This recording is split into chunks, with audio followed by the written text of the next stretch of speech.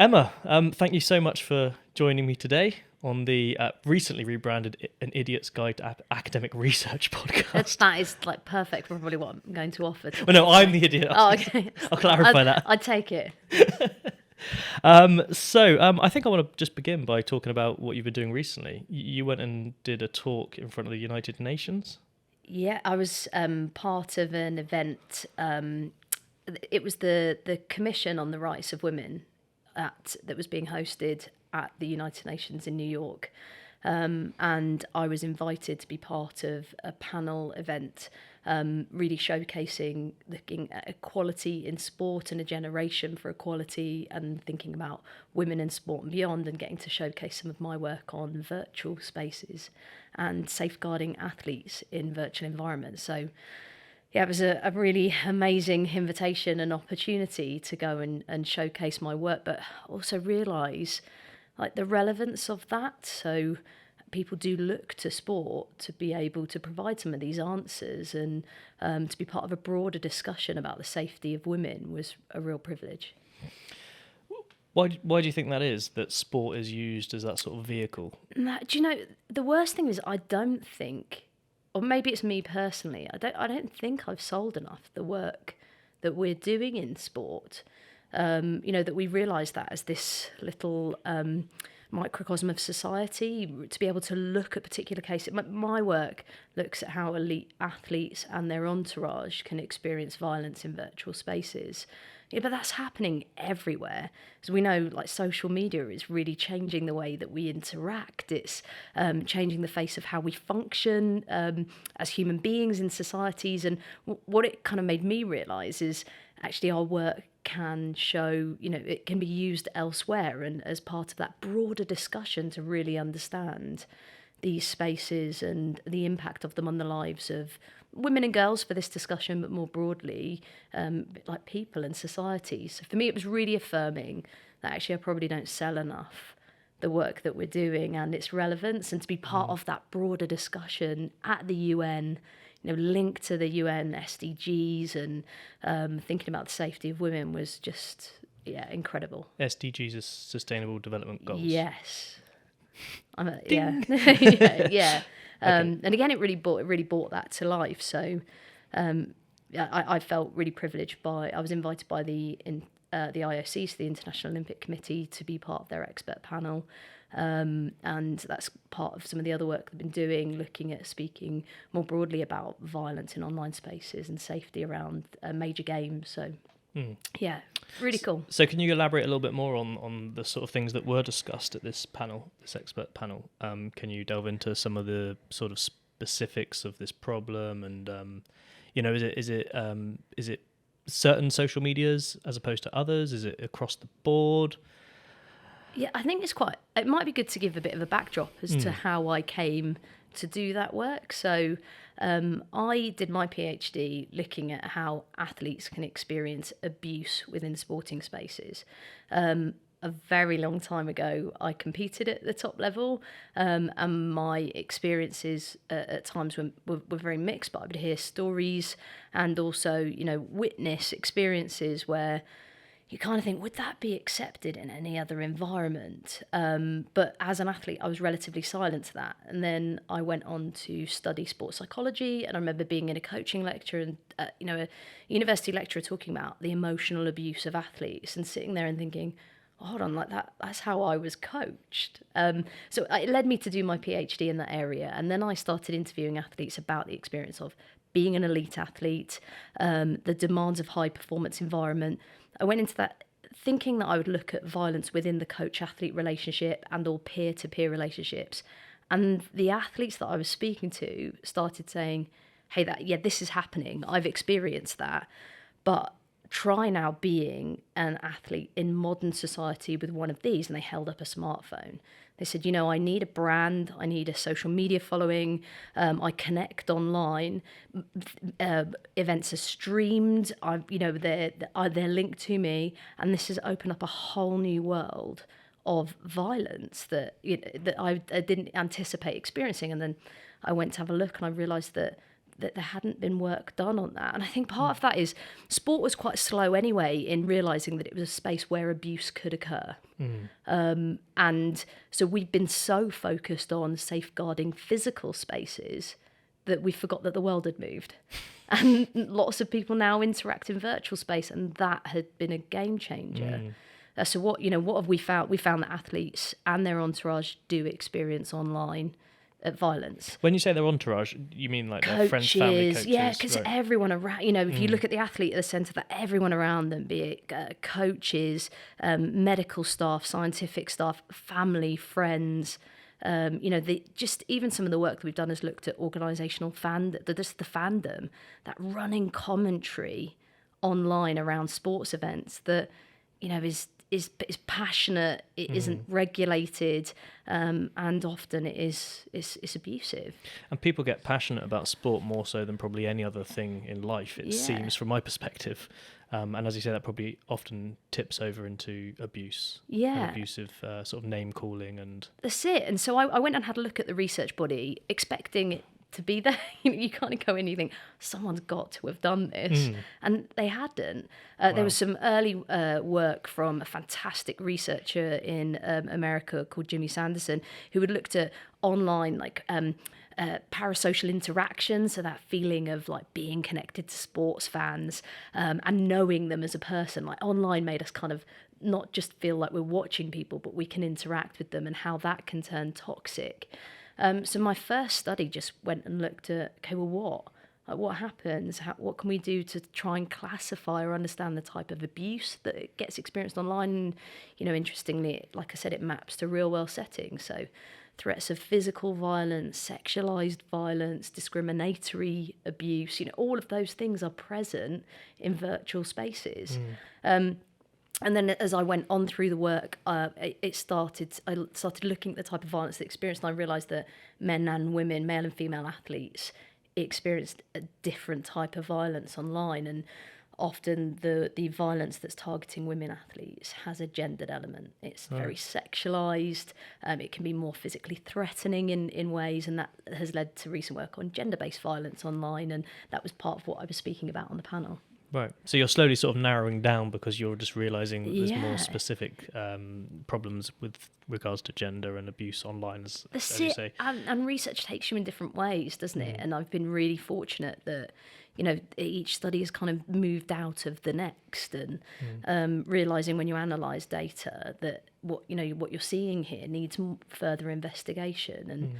And being at the early stages of this field, there's now some, other fantastic researchers doing work, across online spaces, but it gave me scope to look in different areas.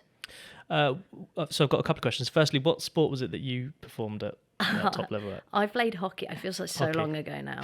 No, I won't ask your age. I'm a sports psychologist, and all the time I'm talking to athletes, especially if they're at the end of the career, and I'm like, you've got to remember about, they're like, will I be relevant? And then I have to be careful that I don't do the same thing. I don't go, it was so long ago, it doesn't count. But yeah, I played hockey, and then, there was part of the reason as well that I loved being involved in elite sport, and I went to train as a psychologist. Well, I did a sports psychologist. I see. So, and you said you experienced abuse as a hockey player. Was that from opposing teams or coaches or all fans? Of the above? I think, I was, again, because age me, I didn't have to worry about social media. And I think about that as well, even growing up, not having to worry about my failures or my successes being out there for people to see. I didn't have to deal with that. But yes, I certainly remember being on a pitch or a field, and coaches coaches throwing stuff, shouting, screaming at players, singling players out. I think it was part of how at the time coaching was done, and I just took it as that's what it takes for performance, and now I would challenge that. And also looking at other players around me experience like different forms of violence. And I think it was part of the fabric of my my sporting experience. I think I played football growing up as well, and into my early 30s. I've recently stopped playing. Six-a-side football was the sort of final thing. And then I just get injured almost every other week now. So I've actually taken up boxing training instead as a replacement to keep fit. But not stop the injuries. Well, no, it has, because it's more upper body. So my injuries are always lower limbs all the time. But yeah, I remember I actually quit football when I was probably about 10 or 11 for a while. And I remember being in the bathroom one morning. My mum was going to take me to a football game. I was playing for a team called Junior Cherries at the time, and I was crying and said I didn't want to go. So my mum said, okay, we're not going.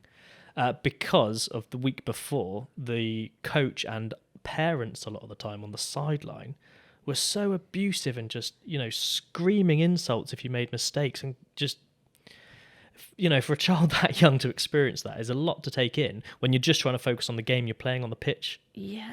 And that's enough to concentrate on, let alone having to try and block that stuff out on the sideline.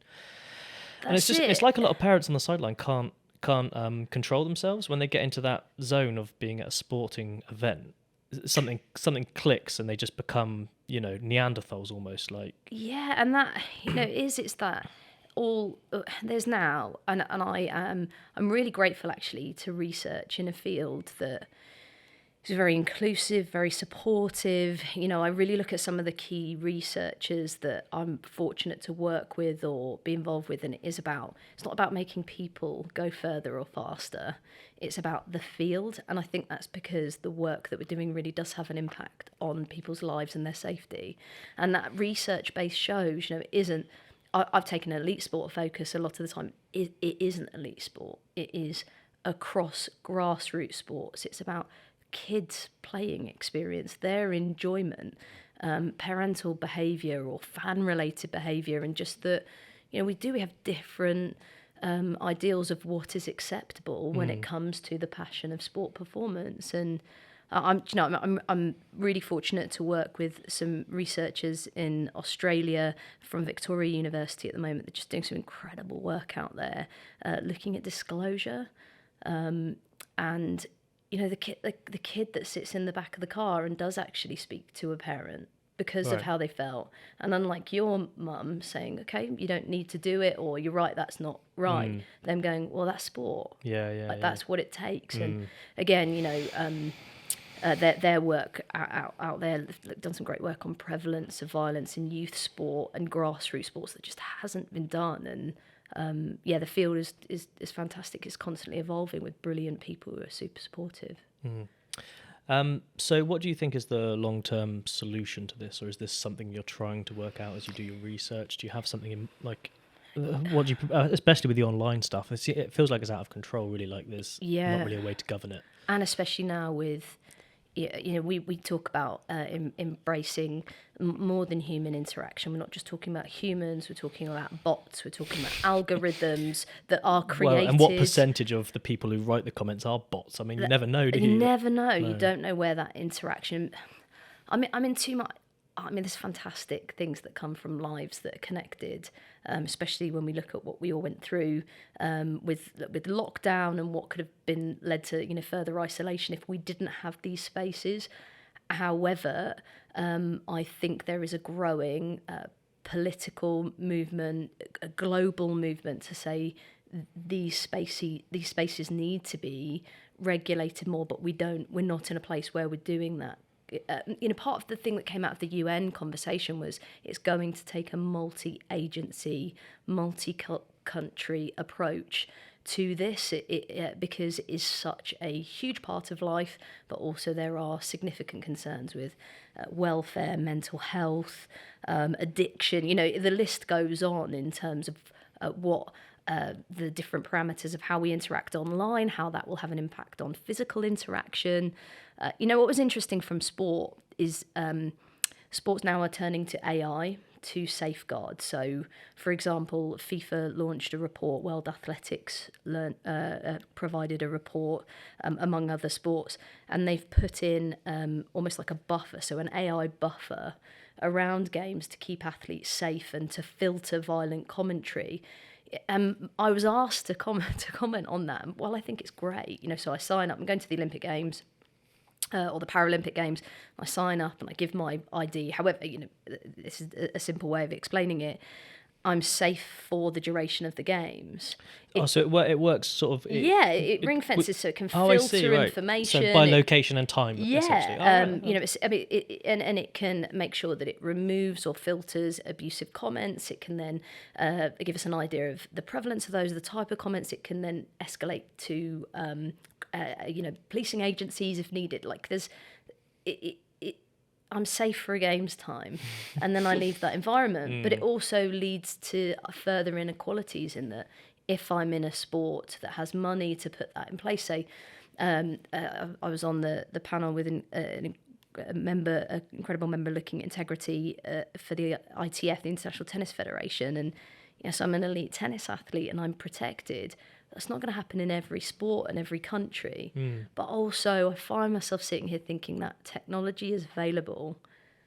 So why isn't that just part of what social media companies are putting in place? And again, it comes down to the, which the notion of freedom of speech. Well, I was about to bring that up. To play devil's advocate, I was going to say, what do you think about that? Exactly. And that's the premise of why these spaces were set up. And I still sit with the fact that human rights and welfare should trump freedom of speech, but we're not there yet. We're just not there yet, and we're better at detecting certain types of violence. There was a news piece, I think, just yesterday looking at, now we might be better at identifying some types of violence, but for example, misogyny, gender-based violence is still not listed as one of those protected terms when we look at safeguarding some of these spaces. So I think it's really complex, and I'm learning all the time. I'm a sports psychologist. I'm a researcher in psychology and sociology. I'm not a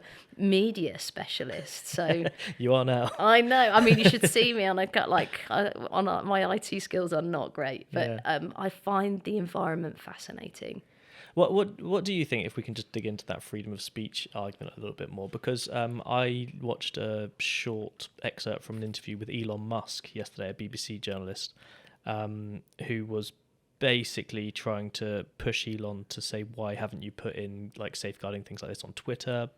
And Elon Musk, I think probably rightly so, challenged him back to say, okay, what stuff would, where do you draw the line? Because I think we would probably agree that everyone should be open to some form of criticism.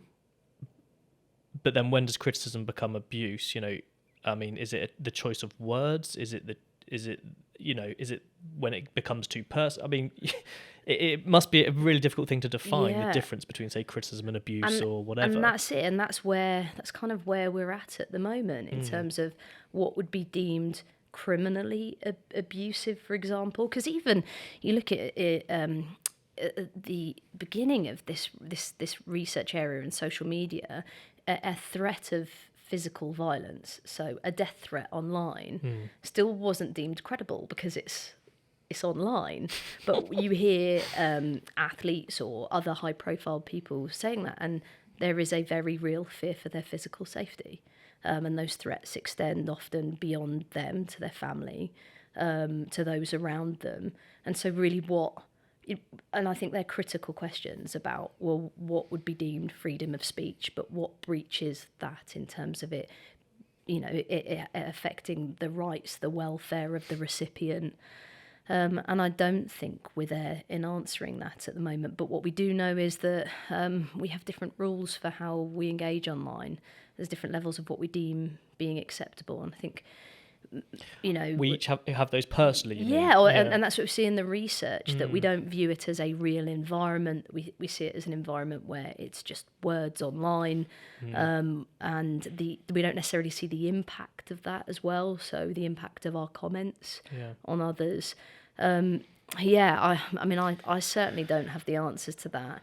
But I think being able to work collaboratively with social media companies towards being able to better maintain safety in those spaces. And I think often we've seen the responsibility with the person using, social Well, media. I was going to say, is that the answer for them to put their own preferences forward? But that's not really a thing. Like a child, I wouldn't want my child to have that responsibility to decide what they feel is abuse once they've received it, and to know when to report it as well. It was one of the things that I spoke about on the panel, in that often we do take very, person-centric approaches. So we don't do enough of this at the moment, but educating athletes, for example, on how to stay safe online, even within different apps, to be able to know what sort of mechanisms they can put in place for screening people, blocking people. There's information out there. But I was on a panel once with someone from the ITF, and they said, held up a phone, and they said, if you were teaching your child to swim, would you throw them in at the deep end?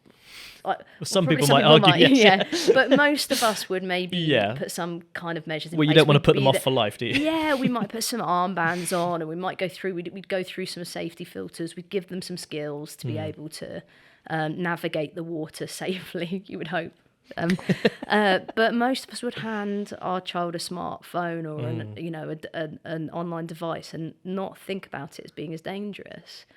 So that there is an element of like training and upskilling that is a personal responsibility, but it isn't going to work in one direction, I don't think. And I think that's the conversation. Certainly the IOC are really championing at the moment around games time safety and the Safe Sport initiative, that if we are safeguarding people, we need to do that both in physical and virtual environments. And we can't really tell the difference between them anymore.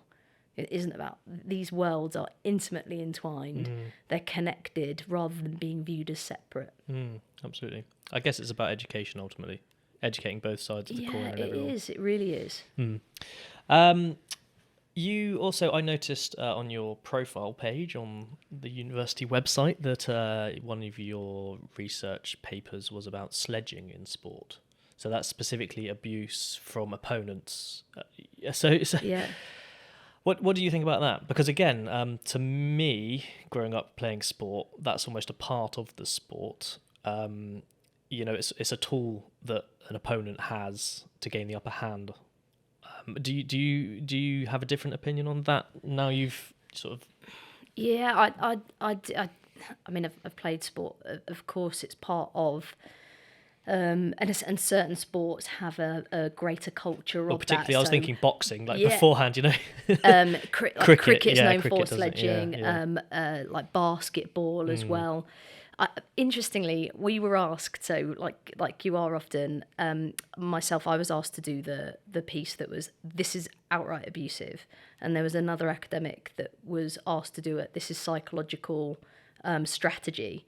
And then people were to read both pieces and then make their own mind up, really. What we actually found was, because it went online, I got abused online because my viewpoint was rubbish, and then the other academic got abused online because theirs, whereas people could have gone on and just agreed with an argument. And I think for me that really epitomised. So say that again. So I wrote the piece basically saying this is abuse, right? And people go on and go, oh, you're rubbish. People abused you. Yeah, you can't wrap people up in cotton wool, and then the other academic wrote that this is part of the sport, and people went on going, this is abuse, and it really showed me that actually these environments are polarizing, but they're spaces where we want our opinion heard. And I guess I still stand on, and if I was working with athletes, that there is language and behavior that fits within the rules of performance, and there are times then when you stretch over that line and what you're doing becomes abusive. That was actually linked to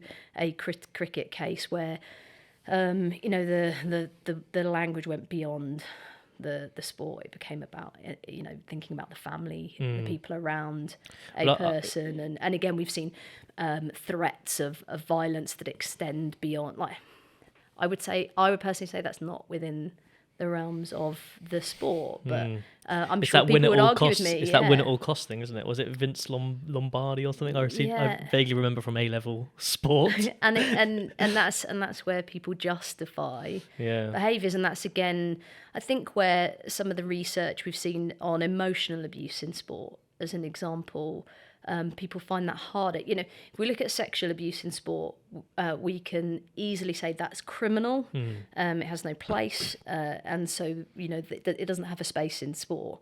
Whereas when it becomes emotionally abusive behaviour, there's more of and that is the most prevalent type of violence that anyone would experience. And understanding actually repeatedly that can still cause significant psychological harm, and that is down to the recipient of that behaviour as well. Have you worked with anyone who's experienced, you know, particularly gross levels of this, and has it affected them, you know, their lives, their personal life, or even their, you know, the sport, conducting sport or anything? I'm really fortunate that I get to balance the work that I do in that my teaching, it gets me to teach this to our undergraduate, postgraduate students. My research area I'm passionate about, but I'm also a practitioner.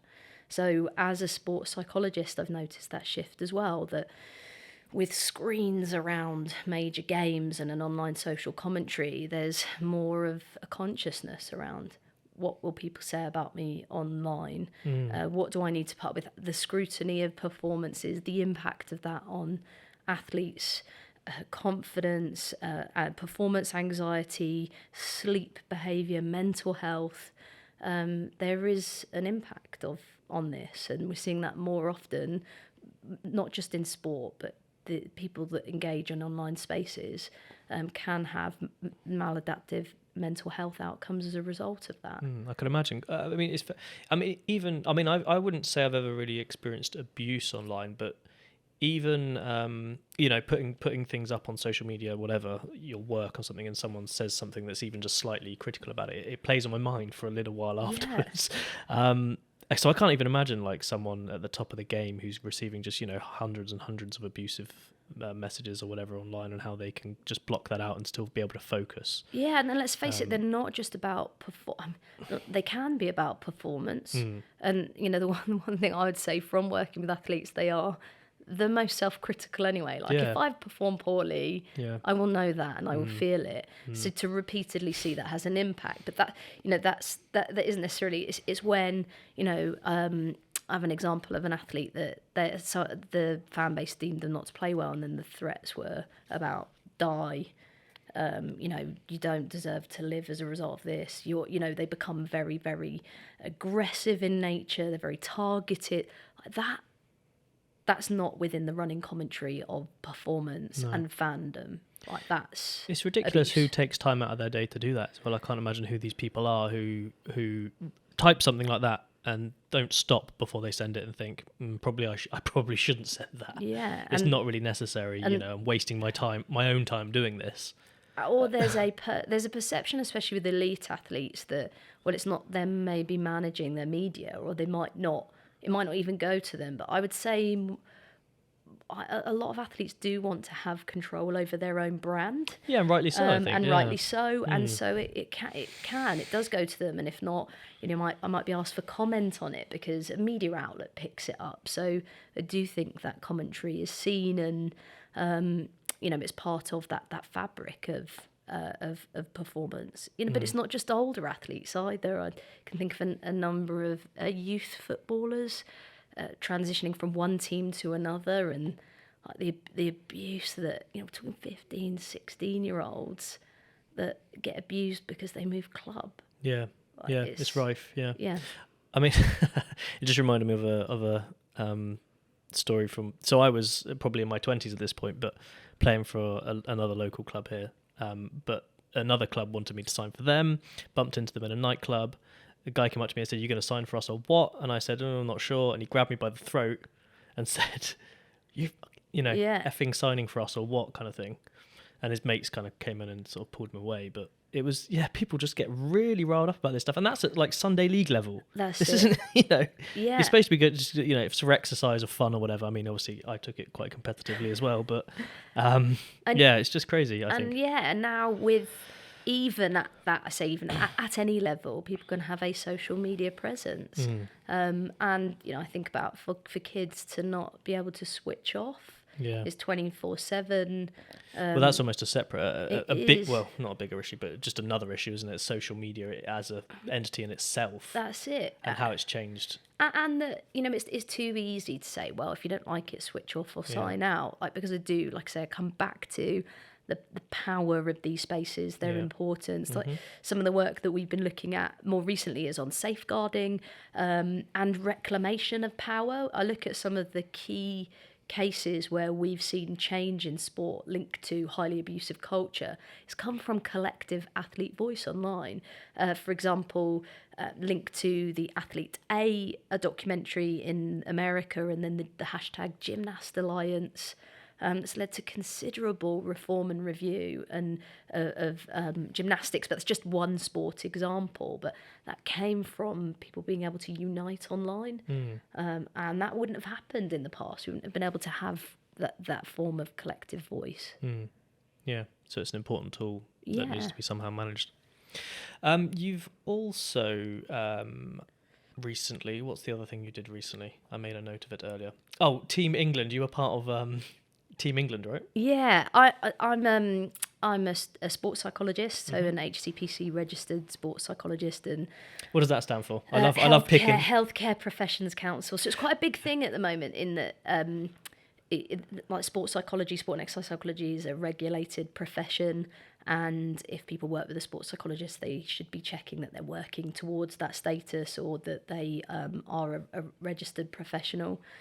So I work to gain that status, and as a result, I've been really fortunate to work. No, do you know?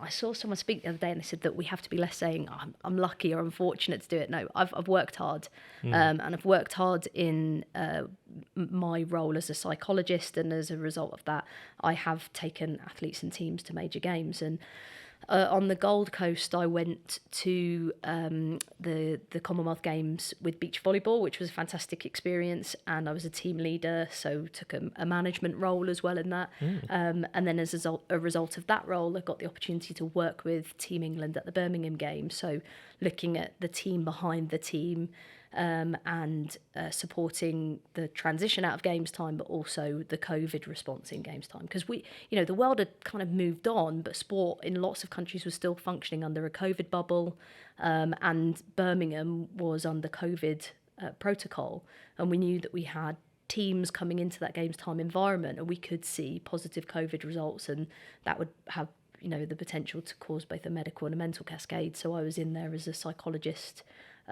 working with the teams coming through there to be able to help manage that medical chain. Wow. What sort of thing do you do? I mean, how do you manage that psychological aspect of that? Part of what we went with was information, that actually, so for example, I could have come in off of an aeroplane from another country, and if my result was inconclusive or it was positive, I was then moved into an isolation area. It was quite difficult to get information into there. We had someone present in that space all the time. So when it happened, because they were processing hundreds and hundreds of people per day, there was a chance that a result was inconclusive, but it didn't mean you had COVID. Airports, you mean? Or... No, it was a games time bubble, right. So people came into that space and then went out into the games time environment. So we knew that results could come back inconclusive, but we made sure that whoever was in isolation was given information, that we managed teams. We also managed how the risks, so you basically got you don't have COVID, and then you could go into the games time environment. But we managed how that was done as well to try and reduce some of the anxiety around waiting. You imagine you've been training for a Commonwealth Games, and the same thing happened in Olympic environments, and you're sat for as long as it takes for a test, thinking, okay, do I have COVID? Will I be able to compete? You've trained for years to get to this point. Yeah, so there's quite a lot of anxiety. We helped just manage that process. Yeah, right. And then I was also part of just the Team England environment around that on games time delivery, because it's really cool. When you come in as an athlete or a team, you're very focused on yourself and your performance, but you come in and you become part of one team, Team England, or part of like the part of the pride there, or in Team GB you become part of that setup, or Para GB. But when you then look at what goes on behind that, there's a whole team performance staff, medical staff, administration staff that just create these incredible environments for people to perform. And so it was really nice to sit on that side and to get that insight and be part of the team behind the team. Quite amazing, really. Yeah, cool. Do you have an opinion on, I mean, presumably you think sport is incredibly important. Yeah. Can you elaborate as to why you think that, or? It's been such an important part of my life. I look at the opportunities that I've probably had, and even as a researcher, it sounds really cliche to say that I probably wouldn't be doing what I was doing if I didn't have sport. I'm dyslexic. I didn't really get on very well at school, and I wasn't academic, which I have to watch myself saying, given the role that I do now. Well, I think you'd probably be surprised at the number of academics who work here who might say that it's similar thing. And for me, sport was something that I really excelled at, and it, like I said, it provided opportunity, and again, then being competing and thinking, okay, I didn't have this support, and then going on and studying psychology, and all the way through it's been the running theme that's driven me. Being part of teams, it's taken me to different places, and I know that's a very personal experience. But regardless, in a time where it's so easy to stay in your house or be online or do other things, to be active, to move, the importance of that for our physical health, our mental health, for me is absolutely essential, especially for young people. So it doesn't need to be elite sport. It's about being physically active and moving your body, I think is incredibly important. Do you think you also learnt a lot from playing a team sport when you were young? Yeah, I mean, I'd always been involved in team environments. I think that's me. I love people. My friends would describe me as like a Labrador, or a golden retriever. I'm like, come on, I'd always, the same in research. I'd always much prefer to work collaboratively. I've got built great networks because I don't like to do things on my own. I think people challenge you to think critically, or they challenge your opinions and ideas. And team environments for me have always been a space that I love being in. I've worked as a psychologist with both team and individual athletes, but yeah, I love those climates and environments. I think they're incredibly important. But also, I can still remember sport challenging me, and I failed. I was deselected. I remember sobbing at not making an England team, and my parents picking up the pieces of that. But are just really important experiences as well, in failing, in not being good at things, in the upset of losing, and they're just really valuable lessons. Did you play for England? Yeah, I junior and into senior development, but it's interesting. I struggled with injury for one. I also really struggled with my confidence at times, and I think that's probably what led me to go into psychology as well. But yes, I did, is the answer to that question. And I competed at good club level as well. And retired a little bit a while ago. But did you when you say you struggled with confidence, was it your own ability? You never felt like you were kind of good enough, or in what way? Yeah, I just think that, like I said, sport, and especially elite sport environments, are about comparison, and they're about pushing yourself to be the best. And like I said, at times I dealt with setbacks and deselections, and I think they hit hard, and I probably could have. Now I look at the work that I do as a psychologist, and I think I probably could have recovered from them better. I could have coped with them more effectively. And that importance of psychological skills training and understanding those experiences have become really important to me. But also I'm highly self-critical. Yeah. And I've got really high standards, and those things make you a bit miserable. So you beat yourself up when things don't go well. Yeah, I do. Yeah. I think I probably feel the same whenever I was on a football pitch. I used to push myself really hard, but I never got to anywhere near. I played semi-professionally. Yeah. But yeah, never went that far. But also, I used to struggle with my self-esteem, I think, and my confidence, and it took me until I was about probably mid-20s to realise I was actually good at football. And by that point, it's almost too late as a footballer to do anything about it. That's it. And it's so funny, isn't it? That whole, when I look at it, like, what would I say to myself then, or what do you learn? And I guess that is part of that journey, and the journey we're all on, because continue to be on now as like an academic, whether it comes to like a paper rejection or creating opportunities. Like, I think it is in competitive climates, you've got to take some time for self-care. You've got to recognise the impact. And I think an interesting flip for me is now I'm a parent. I've got 2 little ones, and my shift's changed. I think I'm in a much better place with who I am, because I'm genuinely in a place in my life where I'm really seriously happy with my lot. Oh, that's lovely. And that's nice as well. That's interesting. Do you think having children has shifted, your priorities in life? I mean, I assume it must have done. Yeah, I mean, I've got 2 children as well, by the way. Yeah, is. I mean, when you said podcast, I was like, great. When I knew it was video, and I was like, I literally look about 400 years old at the moment. We've got a 5-month-old. I work more intensively because time is more precious. Yes. I am completely uncompromising in wanting to have time for and with my family. I think I'm more driven in lots of ways as well, but in a really focused way. I've learned more about emotional regulation being a parent than I ever did on a sports field. like toddlers are literally the test of like breathing control. But I'm loving the challenge of it.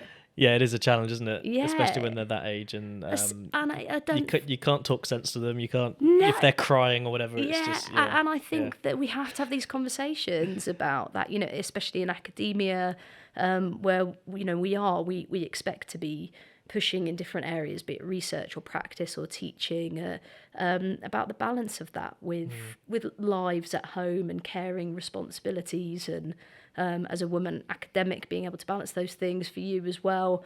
I think it's really important to talk openly about that. Yeah, absolutely. I was gonna talk a little bit about that as well, but this is your eldest, isn't it? Yeah, it is. Do you know, when you asked about the pictures, and it was like things that mean something to you, actually they kind of go together. This was the day that I left home to go to the Birmingham Games. Right. And it was the first games that I've gone away as a parent. And I was away for 6 weeks. I was in nearly 5.5 weeks. And I was it was a bubble. That's a long time. How old was yours? That's Ellisdale. So he age, would have been 1.5, or just coming up to like just off of 2 at that point. Yeah, so 6 weeks is a long time at that age, yeah. It is. It's a really long time. And but also the balance of that. We really, so my wife and I have really good discussions about things you choose to do and the impact of that. So, I'm really fortunate that it was like, well, you got to do it. That'd be crazy. Yeah. But also, having things for our boys to be proud of now, boys, because we have another little boy that was born at the end of November. Congratulations. Am I still within range to say congratulations? Yeah, absolutely. And so, yes, I left, and the games was really different, but also I think it's important, like I said, for like my boys to be proud, to see what their parents are doing, But now I do make decisions and consider the broader impact of those on my family. And I think that's where this picture came from, the raising future leaders. So I really thought, I work on a programme called the Women in Sport High Performance Pathway, and it's led at University of Hertfordshire, and it's part of Olympic Solidarity, and it is about the fact that we do not see enough women coaches at major games. So I think, and I'll probably get my facts right, I think it was 13%, might have been 12 or 13% of coaches at the Tokyo Games were women. Like, why is that? Look at now, we're seeing more gender balanced games, we're seeing that representation. We're just not supporting spaces for women to thrive as coaches, yet we know that they make incredible coaches. So this pathway is all about, it's a global pathway, and we bring women coaches from all over the world that are working towards, some of them are already coaching that level, some of them are looking to coach that level in the future. And one of the things, like the first couple of days, is like a noticing task, and they send one of the coaches sent this in, and it just really struck me, and again with my research area as well, and whatever it is, just making a safer space for our children, but raising them as future leaders as well. And that pathway, what an incredible place or to work on. And I remember being in a session with one of the other facilitators who said male coaches get 100% of the pitch. They coach men's sport, they coach women's sports. Like, women coaches at best get given a quarter or half the pitch. In that we often see women coaching women. It's still a shock. In the news the other day, a woman who's leading a men's program, like, it just shouldn't be a shocker. Yeah. I always find that sort of counterintuitive almost, that it's a news story still. Yeah. If you see, because that almost defeats the point of, it should be normalized completely that it's not even news. You know what I mean? I often think that exactly when I see, that. And so the ambition, and the IOC have been really clear in their ambition to see and to work towards a balance of male and female coaches. And we've seen that in medal offering, we've seen that in but there's gaps everywhere. But I get the opportunity to work on this program with just these incredible women coaches, but also hearing and talking about some of the things that disproportionately do affect us as women. And part of what I hear from coaches is that, the balance of caring, responsibility, and elite sport takes you away. It's the same for men as well, don't get me wrong. Do you think that's the sort of the main factor, or do you think there's lots of factors at play? There's so many other factors as well. What else affects that? Even some of the impact of like funding and money and positions. So women coaches are more likely to be part-time. It might not be that there are full-time opportunities. That again, it's a broad statement. It depends on the sport. We're seeing more professionalisation of women's sport. We're seeing greater opportunities, but there's been a lag. Women's sport is so vibrant at the moment, and look at the women's football. We suddenly realise there is an appetite if we give it opportunity. So I hope that we're in a place of change, and that's going to take more opportunities to create it as a space for women coaches to thrive. Fantastic. Should we put these up on the wall while we're on the great. Conversation? There's a bit of space over here, so we'll stick that one. Actually, is that clashing a bit? Blue on blue? I can let you sort it afterwards. I'll put it on the black bit. Yeah. There you go. It stands out a bit better. And again, that's one of my little guys now. I feel bad. You can put that one up if you like. I should have popped in my new one. He won't mind. Yeah.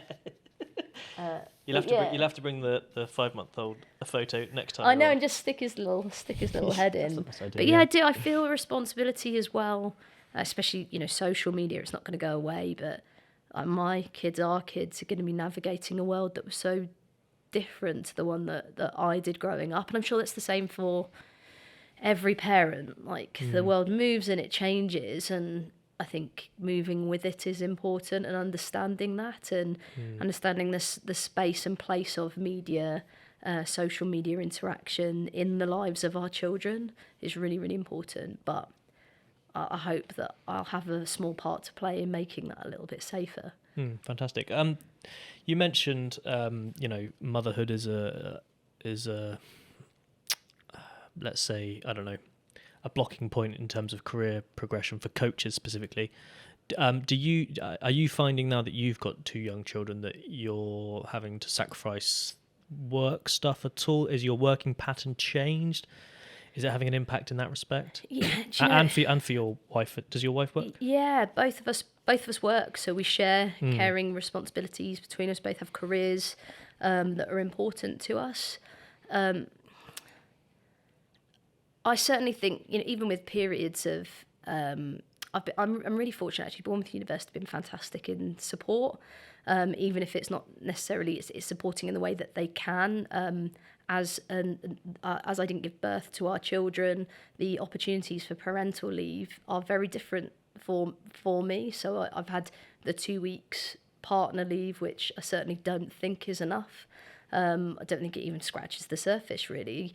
But I've been really lucky to be able to spread that across the semester a little bit more. But of course it has an impact. Even just those like sleepy nights, or like the feeling tired, the impact of the day being condensed. When you are a parent, or you have significant caring responsibilities elsewhere, or whatever it is, the lives of the people that work in any environment are complex and rich and made up in different ways, and being able to support that and find ways for people to be most effective within the boundaries of their lives, I think is really important. And like I said, I think it's, in many ways I've been productive because I'm better with my time. But you work late, or you're doing things in different ways to make it all fit. Do you have that same feeling that I have experienced, that now suddenly you think to yourself, what was I doing? How did I waste all the time I had before I had children? What was I wasting my life doing? Because it feels like I was so unproductive, and now it's almost like when you don't realize what you've got until it's gone. Yeah, that's what it is for time at the moment. I was definitely training more. I was doing, I think about things, but I just. Even with like the working day, I'm just really more focused on the things that I need to achieve and making the most of every second, but knowing about priorities. And like I said, there's a real balance. I am an ambitious person. And so that the balance of that is really important, and knowing what I want to achieve in each of the areas. But I'm very fortunate. And like I said about this collegiate research network that I'm part of, our work really is about making spaces, places, people safer. All that kind of drives the work that you do. But also now it's balanced with time and care, and with my family, and watching my boys grow up. Lovely. Don't forget about your cappuccino, by the way. Thank you. It might be cold by now. I don't know whether I wanted to like slurp on that during the... You'll be all right. Just while I take that time, I had a couple of other notes I wanted to just check out, because there's a few other things I wanted to talk to you about. So you own your own business? Yeah. So I set up Vector Performance Coaching more as a way to practice sports psychology, but also kept it broader so that, if in the future there could be other practitioners underneath that. But I work as an independent psychologist, coach, consultant, because I think it's really important for athletes to have choice over that. A lot of the time we would work with a psychologist in system, and that's fine, but being able to choose or work with people outside I think is important. But like I said, my practice is essential in that that's what feeds directly into my teaching. I teach an applied sport and exercise psychology unit. I'm teaching theory that is completely up to date and relevant, but I can share case examples like the Commonwealth Games, or bring in speakers and be able to make sure that what I'm delivering is still relevant. To maintain an accreditation, I need to do X amount of hours per year. I need to do CPD. I think that keeps me relevant. CPD is... continued professional development. Yes. To be able to to keep my accreditation. Yeah. And so I'm confident that I'm teaching what is the current field. And the same, another one of the units that I teach on is coach and athlete welfare. We created that because there's been this incredible focus on safe sport now. The welfare related jobs are just exploding in sport, but my research area. So I'm really lucky that Bournemouth University supports that, and it supports the fact that we should be moving with the field and prioritising that blend of practice and research and teaching. Well, like you say, it's mutually beneficial, really, isn't it? Because you gain a lot from doing that external work as well. Can you give an example of some of the athletes you've worked with in your company, and some of what is the day-to-day life of a sports psychologist? What sort of... I'm trying to get a real insight into... not to steal all your secrets. So I can't actually name people, but I've worked across lots of different sports, which is fantastic. So individual sports right the way through to team sports, and worked in business. That could be tennis, wheelchair tennis, beach volleyball, motor racing. The sports that I've worked in are varied, and I've also gone into business environments, and really it is based on client demand. So whether that's to do with enhancing the functioning of a team environment, if it's to do with working with individuals to, better help them cope with the demands of performance environments or understand themselves more clearly. It really is driven by the people that you work with. Now, in terms of when I first started, I was probably doing more of that practice. Now I've definitely shifted, and I think part of my research is making me shift. And like I said, I'm working more through coaches. So I've realised with part of the reason that I'm used as a facilitator on the WISH programme that I mentioned with the elite coaches is to bring a psychological lens to that. Well, that's essential. If I work with one athlete, I have an impact on them and their life. If I work with a coach, then every athlete that they interact with can benefit from that. So I bring a psychological lens to what's delivered on that programme, but also look at who's looking after coaches. We don't necessarily think about the coach as a performer, and so some of the work I do on that programme is around coach mental health, coach self-care, psychological skills for coaches to manage high-performance environments as well. So my work's probably shifted in terms of now who I'm working with. Right.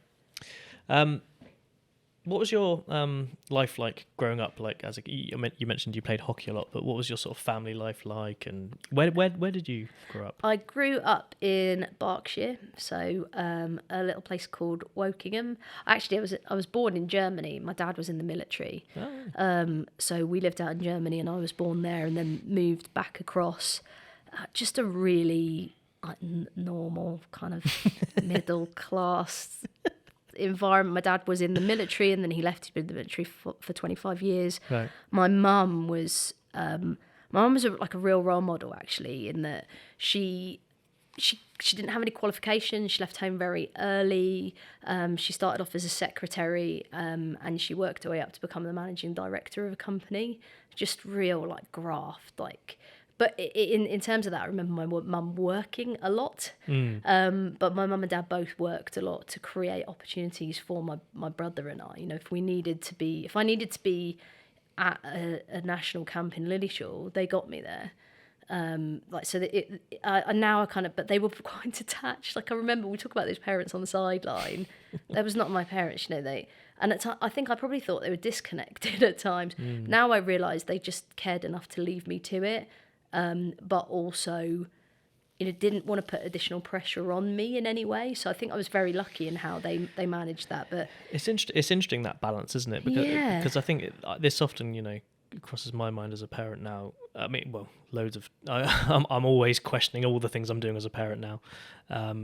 But one of those things, I experienced parents on the sideline who would, almost commentate their son's game or whatever, and always be saying something on the sideline, often put downs, or often praise at the same time. And then there would be other parents who would just stay there sort of silent, and it's hard to know as a parent how much encouragement to give, and at what point to be hands off, and all this. It is a fine balance, and it's the hardest job. And now working with athletes and working with parents, you realise they're probably never going to get it right either. Because the kids will always blame you one way or another. Yeah.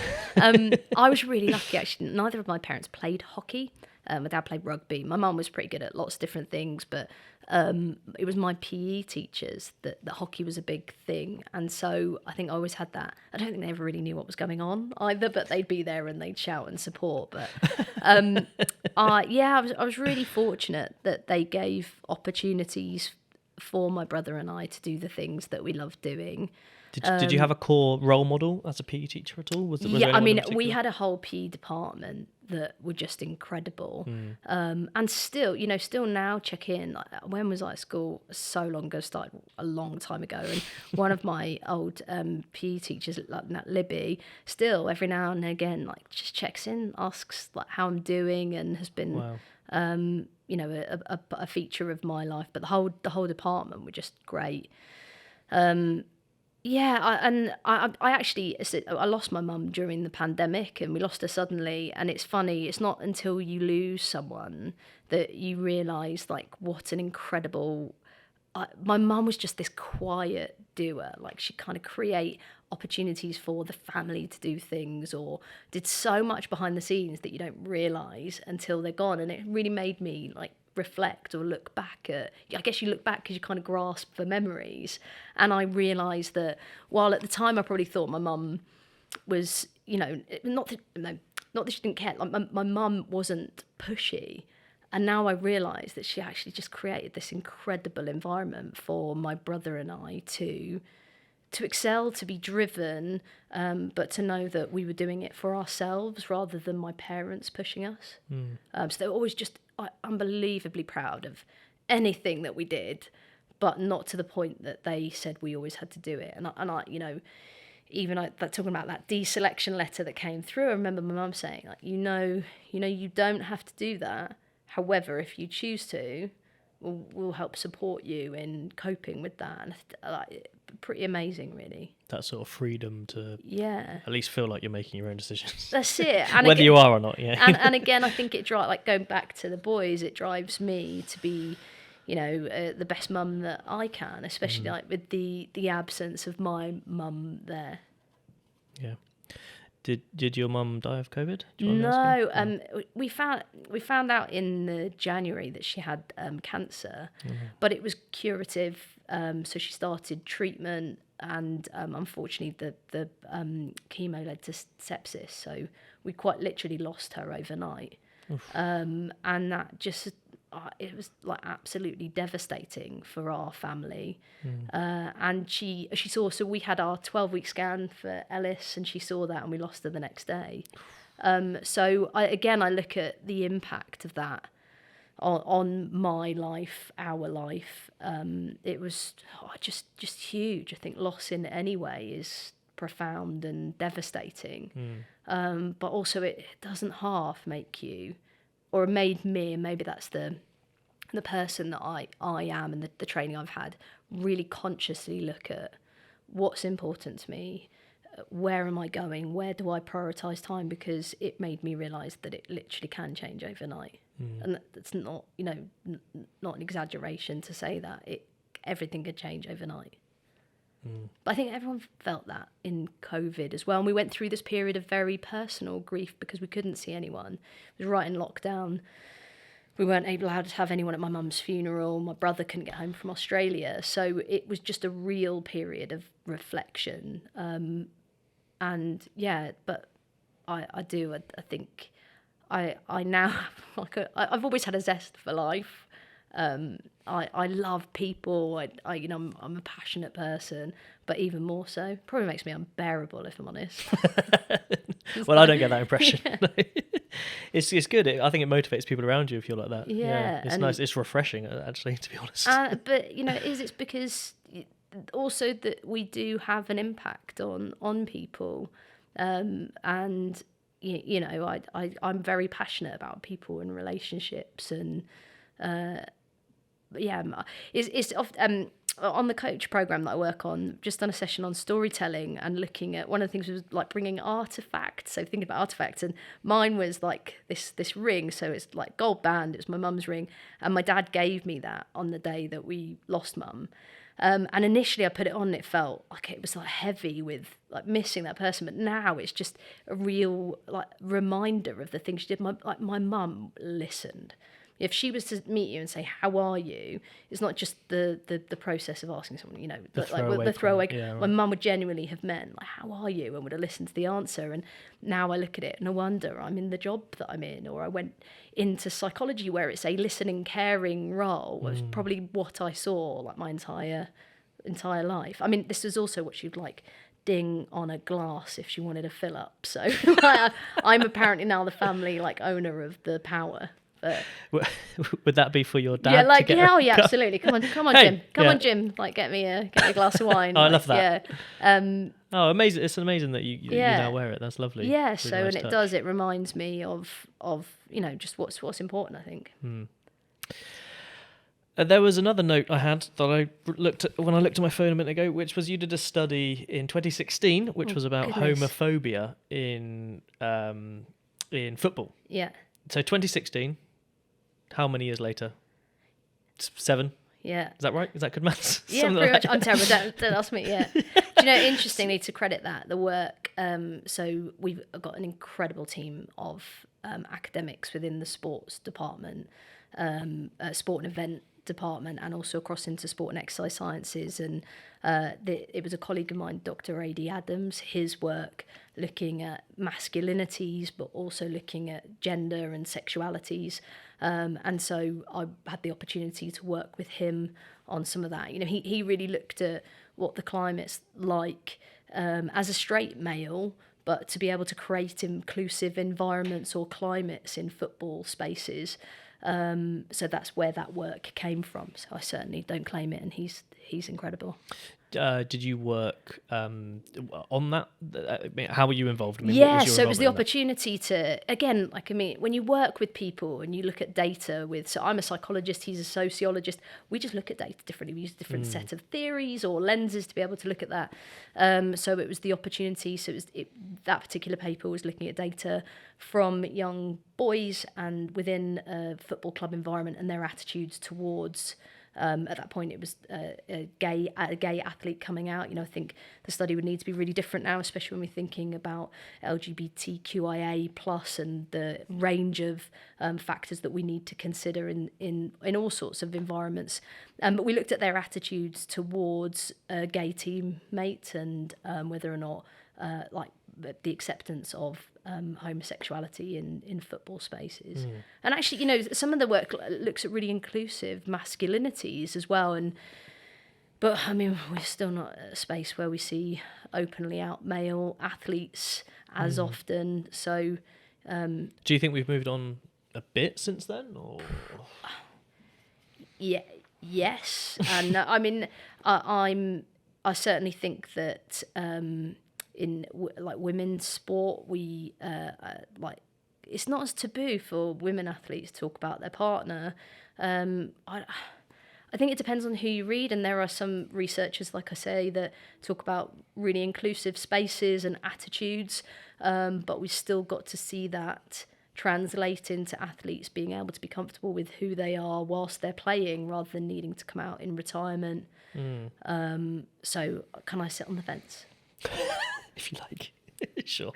It's interesting because, I mean, the word gay when I was young was thrown around as an insult. I don't know if that's still the case. Still the case now. Right. I mean, it's also hard to know whether it's my own, it's hard to know from your own subjective perspective whether things have changed because I've moved into a different sphere and you know, the people I'm surrounded with are different and maybe more aware of this stuff. Yeah. Or whether it is a societal change at large. You know, it's always difficult as an individual to really gain that. So I guess that's why research is so important, because you get the less subjective, the more objective kind of view of this as an overall thing.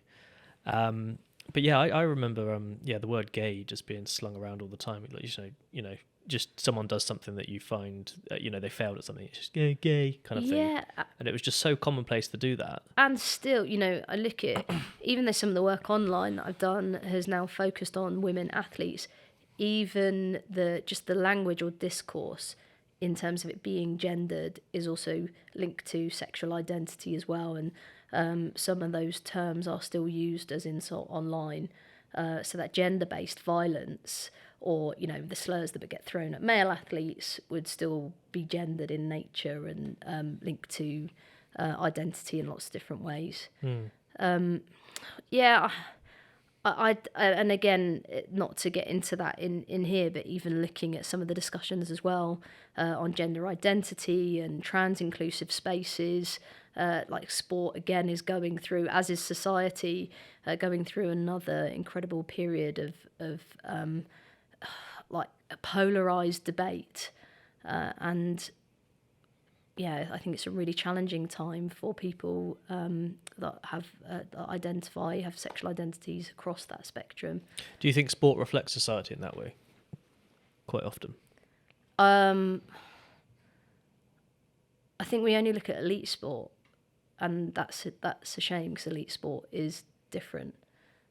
We don't actually then understand the impact of rules that come in at elite sport and what they do to. Going back to that question, is sport important? Yes, sport and physical activity are incredibly important for all. And so some of the decisions that get made that are preclusive to people being able to access sport, for me, is very, very upsetting. It's bigger than the sport itself, isn't it? Yeah, it is. Yeah. Is there anything else? What's coming up? What's on the horizon for you? Are you working on anything, or any more trips? I've been. These are the things that now I'm at home for a little bit, which is great. I have been included. So the International Olympic Committee write consensus statements. The previous consensus statement on safeguarding in sport was in 2015, and there's going to be a 2023 consensus that has brought together a team of global researchers to write that statement, and I've been named as one of those, which is fantastic. Incredible. And part of that is to looking at safeguarding and my work in abuse more broadly, but certainly to bring that online lens. So we're in the process, and with just this unbelievable rock star list of people for me, putting the consensus data together, and then that we'll meet in Lausanne at the IOC headquarters in September.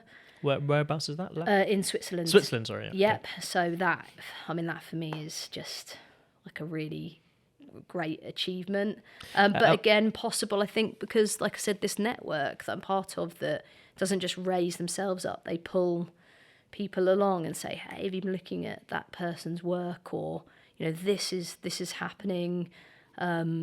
So just an environment that I think is about, and also that prioritising the athlete voice, so the victim voice as well. No, that's the International Research Network on Violence in Sport I'm part of.